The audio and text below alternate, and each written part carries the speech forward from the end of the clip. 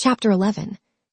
In the middle of July, the elder of the village on Levin's sister's estate, about 15 miles from Pokrovskoe, came to Levin to report on how things were going there and on the hay. The chief source of income on his sister's estate was from the riverside meadows. In former years, the hay had been bought by the peasants for 20 rubles the 3 acres.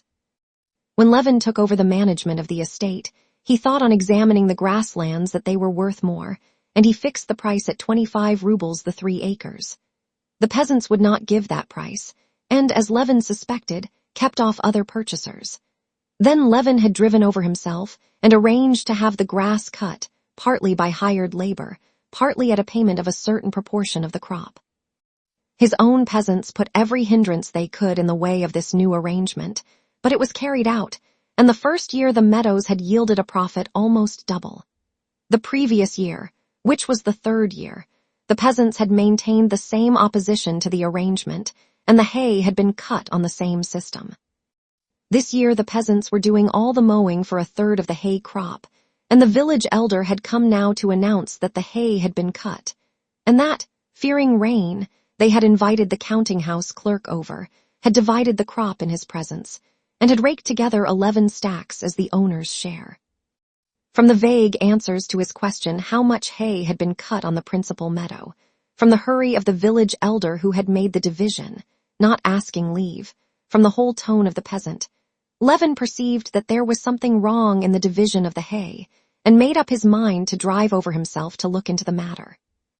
Arriving for dinner at the village, and leaving his horse at the cottage of an old friend of his, the husband of his brother's wet nurse, Levin went to see the old man in his bee-house, wanting to find out from him the truth about the hay.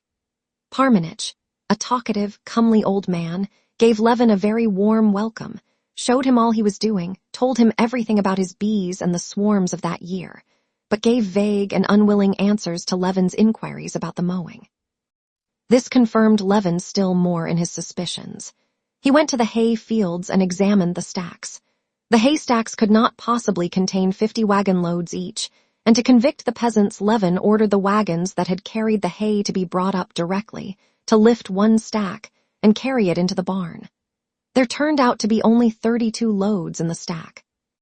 In spite of the village elder's assertions about the compressibility of hay, and its having settled down in the stacks, and his swearing that everything had been done in the fear of God, Levin stuck to his point that the hay had been divided without his orders, and that, therefore, he would not accept that hay as 50 loads to a stack. After a prolonged dispute, the matter was decided by the peasants taking these 11 stacks, reckoning them as 50 loads each. The arguments and the division of the haycocks lasted the whole afternoon. When the last of the hay had been divided, Levin, entrusting the superintendence of the rest to the counting-house clerk, sat down on a haycock marked off by a stake of willow, and looked admiringly at the meadow swarming with peasants. In front of him, in the bend of the river beyond the marsh, moved a bright-colored line of peasant women, and the scattered hay was being rapidly formed into gray winding rows over the pale green stubble. After the women came the men with pitchforks, and from the gray rows there were growing up broad, high, soft haycocks.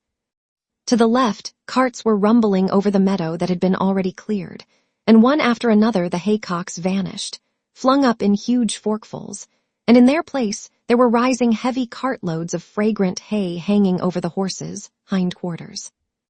"What weather for haying, what hay it'll be," said an old man, squatting down beside Levin. "It's tea, not hay. It's like scattering grain to the ducks the way they pick it up," he added, pointing to the growing haycocks. "Since dinner time they've carried a good half of it." "The last load, eh?" he shouted to a young peasant who drove by, standing in the front of an empty cart, shaking the cord reins. "The last, Dad," the lad shouted back, pulling in the horse, and smiling, he looked round at a bright, rosy-cheeked peasant girl who sat in the cart smiling too, and drove on. "Who's that, your son?" asked Levin. "My baby," said the old man with a tender smile. "What a fine fellow." "The lad's all right." "Married already?" "Yes, it's 2 years last St. Philip's Day." "Any children?"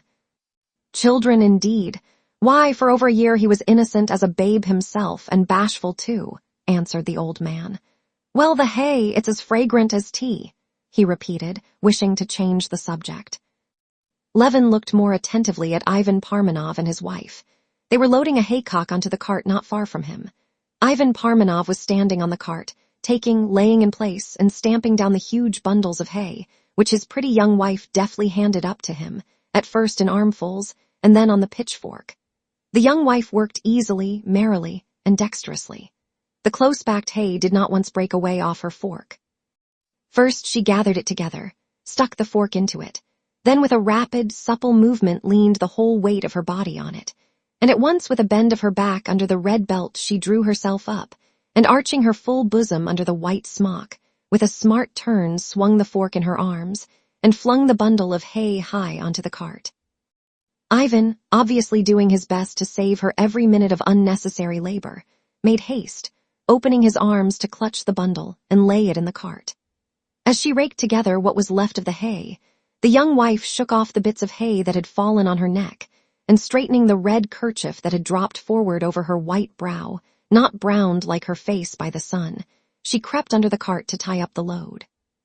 Ivan directed her how to fasten the cord to the crosspiece, and at something she said he laughed aloud. In the expressions of both faces was to be seen vigorous, young, freshly awakened love.